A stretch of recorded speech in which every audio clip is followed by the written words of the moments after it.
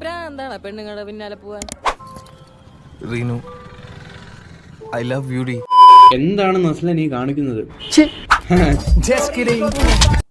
Okay, മലയാള സിനിമയിൽ തന്നെ upcoming അല്ല കറന്റ് സ്റ്റാർ ആണ് നസ്ലൻ. കേരളത്തിനപ്പുറം ഒരുപാട് ജനപ്രീതി നേടിയ ഒരു ആക്ടറാണ് Naslen.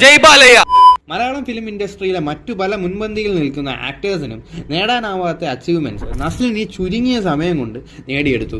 So how is Naslen this successful?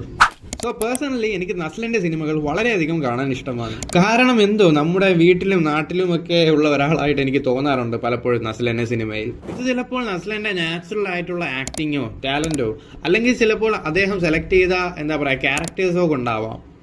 So നസ്ലന്റെ ഈ ഒരു വളർച്ചയ്ക്ക് കാരണമായി പേഴ്സണലി എനിക്ക് തോന്നിയത് നസ്ലന്റെ സ്ക്രിപ്റ്റ് സെലക്ഷൻ ആണ്. വരനാവശ്യമുണ്ട്, കുരുതി, ഹോം, മകൾ, ജോയാൻജോ, നെയ്മർ എന്നീ മൂവീസിൽ ലീഡ് റോൾ അല്ലെങ്കിൽ പോലും നല്ല ഡീസന്റ് ഓർമ്മയിൽ തങ്ങി നിൽക്കുന്ന ഇൻട്രസ്റ്റിംഗ് ആയിട്ടുള്ള റോൾസ് ആയിരുന്നു നസ്ലന്റേത്. മാത്രമല്ല ജോയാൻജോ, ഹോം, നെയ്മർ എന്നീ മൂവീസിലെ ക്യാരക്ടേഴ്സായി അധികം കണക്ട് ആകാനും റിലേറ്റബിൾ ആയും എനിക്ക് തോന്നി പേഴ്സണലി. മാത്രമല്ല നല്ല ഡെഡിക്കേഷൻ ഉള്ള ഒരാളാണ് നസ്ലൻ. പ്രേമലുവിന് ശേഷം സേഫ് സോൺ വിട്ട് ബോഡിയൊക്കെ സെറ്റാക്കി വന്ന പടമാണ് ആലപ്പുഴ ജിംഖാന. ഇതിനു മുമ്പ് ഒരു പടം ഇറങ്ങിയിട്ടുണ്ട്. എനിവേ, ഈ ആലപ്പുഴ ജിംഖാനയിൽ നസ്ലന്റെ ഡെഡിക്കേഷന്റെ റിസൾട്ട് സിനിമയിൽ നന്നായി കാണാറുണ്ട്. ഹാർഡ് വർക്കും ഡെഡിക്കേഷനും മാത്രമല്ല അത്യാവശ്യം ലക്ക് കൂടെയുള്ള ഒരു ആക്ടറായിട്ട് നസ്ലനെ എനിക്ക് തോന്നിയിട്ടുണ്ട്.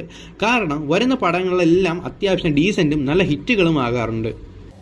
പിന്നെ അവസാനമായുള്ളൊരു കാര്യം, നസ്ലന്റെ ആക്ടിങ് ശൈലി വളരെയധികം നാച്ചുറലും ഇന്നസെന്റുമായി തോന്നാറുണ്ട്. സോ മോർ ഓഡിയൻസ് നസ്ലനുമായി അട്രാക്റ്റ് ആകുന്നു.